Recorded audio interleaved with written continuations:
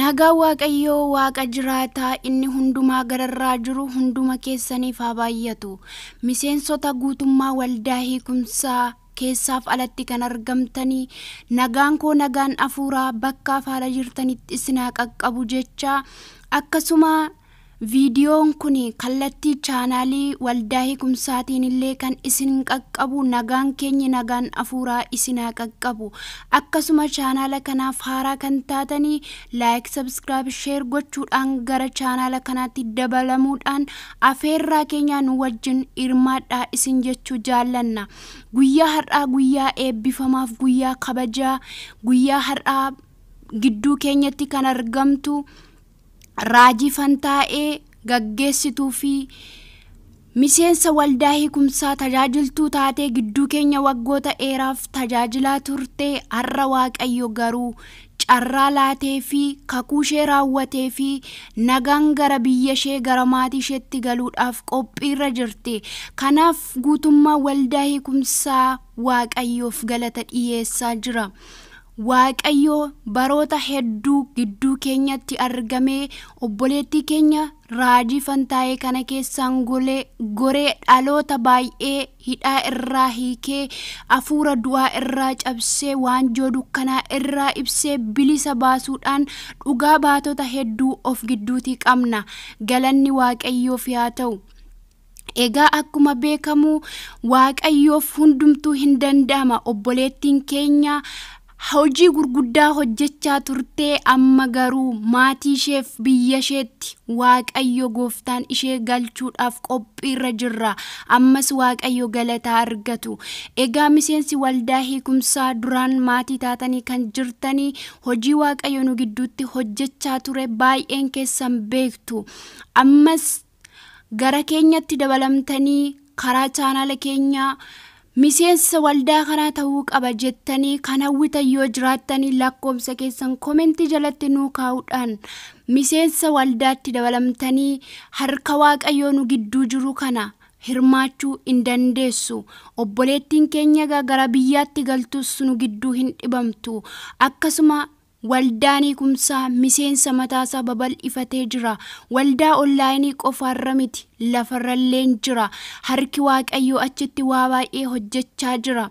Obboleettiin kunis carraa kana achitti Waaqayyoo isheedhaan darbee dhaloota achi jiraniif unuufillee kallattii adda addaatiin Waaqayyo gidduu keenyatti akka argamutti obboleettiin kun yoomillee nama nu biraa hin hafnedha. Kanaaf hirmaattonni waldaa hiikumsaa kallattii kamiin Waaqayyoo akka obboleettii kana wajjin ta'u kadhadhaa.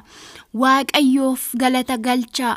Waaqayyo waan hundumaa isa dubbate raawwattee ammas raawwachuuf jira. Galanni isaaf haa ta'u.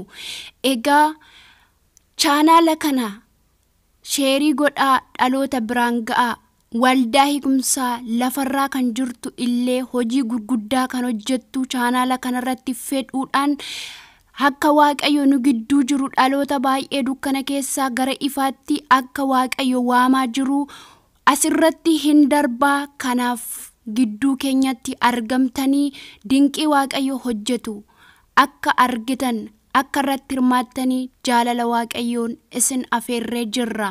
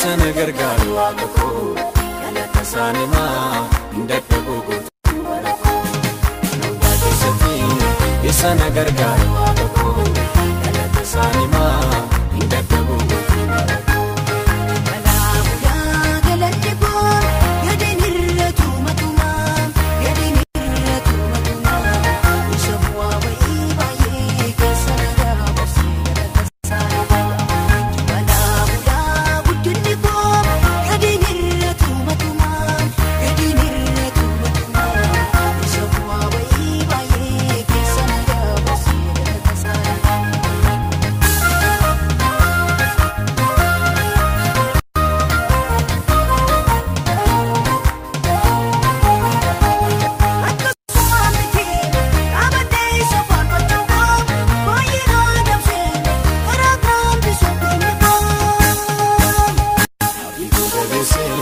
Moichani sanjesi makan saul patu dina ko apantasi ikuja besi moichani sanjesi makan saul patu dina ko apantasi Malabuya galatti ko yadinirratu matuma yadinirratu matuma ishawa bai baye kesana basi galata sanima Malabuya guddinni ko yadinirratu matuma yadinirratu matuma ishawa bai baye kesana basi galata sanima